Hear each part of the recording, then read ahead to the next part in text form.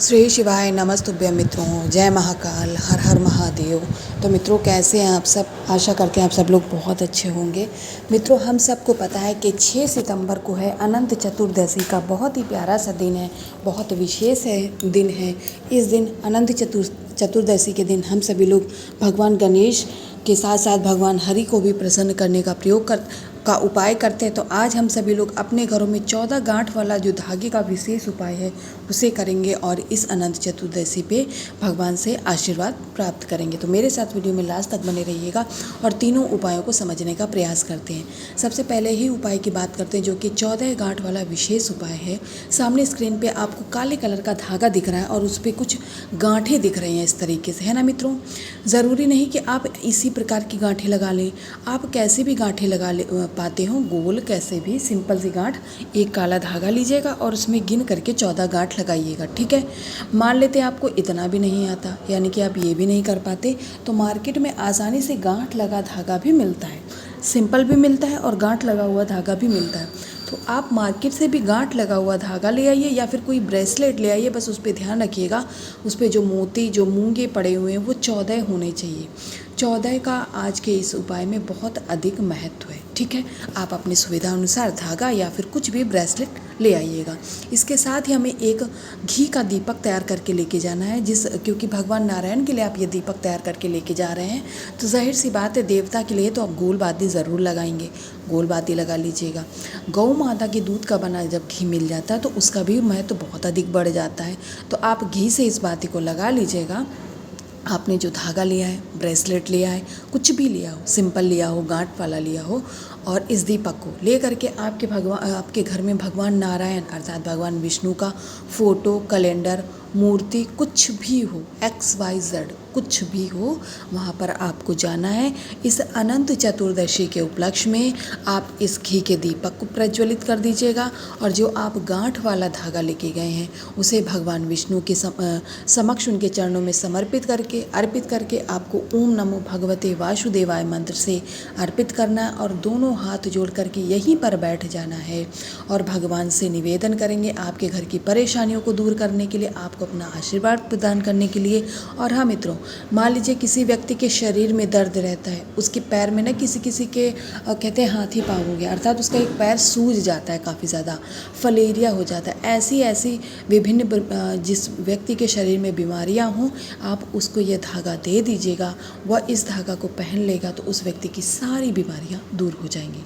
तो मैं आशा करती हूँ इस 14 गांठ वाले विशेष उपाय को तो आप लोग समझ गए होंगे और गलती बिल्कुल भी नहीं करेंगे। जैसा पूज्य गुरु जी ने कहा है वैसे ही आपको उपाय करना है, आपको लाभ अवश्य मिलेगा।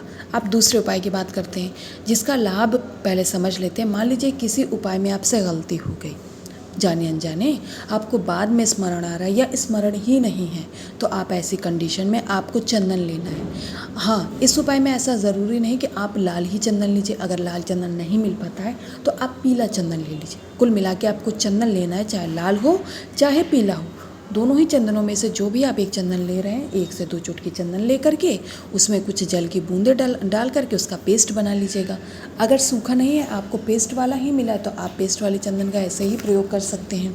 ले लिया, उसको ले करके भगवान गणेश की जो भी छोटी फ़ोटो कुछ भी हो, आपके घर में कैलेंडर ही हो, आपने दीवार में टांग रखा हो, अगर ऐसा भी है तो आपने ऐसा ही एक उपाय पहले मैं बता चुकी हूँ। जब गणेश चतुर्थी शुरू हुई थी तो तब आपको लिखना था शुभ लाभ।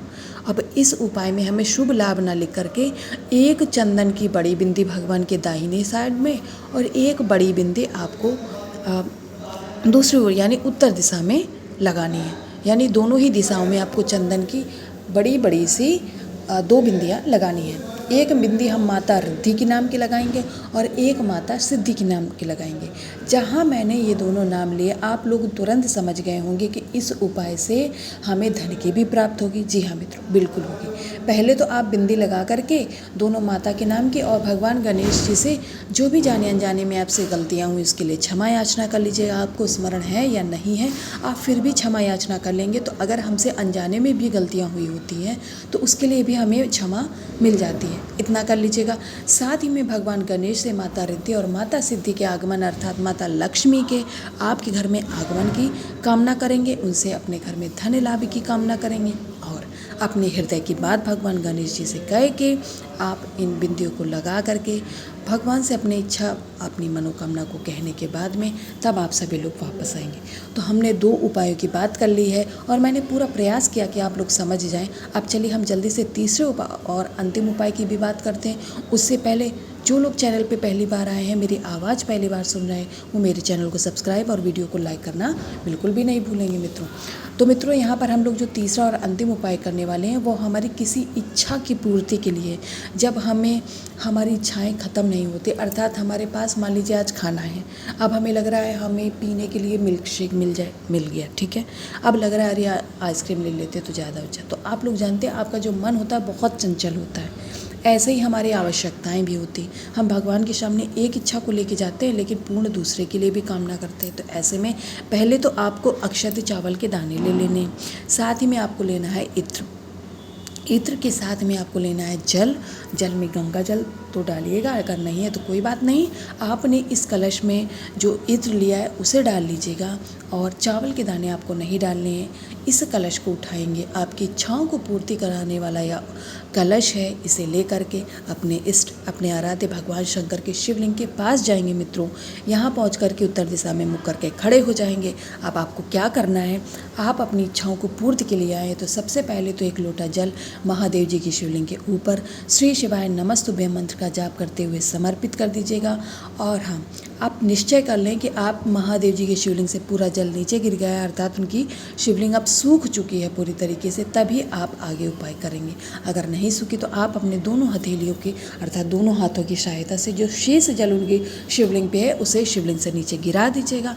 इसके बाद में आपके पास में जो 14 अक्षत चावल के दाने हैं उन्हें आपको अपनी दाहिने हाथ में लेना है। क्या करेंगे, अपने दाहिने हाथ में ले करके और महादेव जी से यही निवेदन करेंगे, जो भी आपकी इच्छा, जो भी आपकी मनोकामना अभी तक अधूरी रह गई थी उसे पूर्ण करने का महादेव जी से निवेदन करेंगे कि हे महादेव जी, इस अनंत चतुर्दशी के दिन मेरी यह इच्छा, मेरी यह मनोकामना अभी तक अधूरी रह गई थी, इसे पूर्ण करें और हमें अपना आशीर्वाद प्रदान करें। इस तरीके से उन अक्षत चावल के दानों को जब आप अपनी इच्छा मनोकामना कह चुके हो तो महादेव जी की शिवलिंग के ऊपर समर्पित कर दीजिएगा।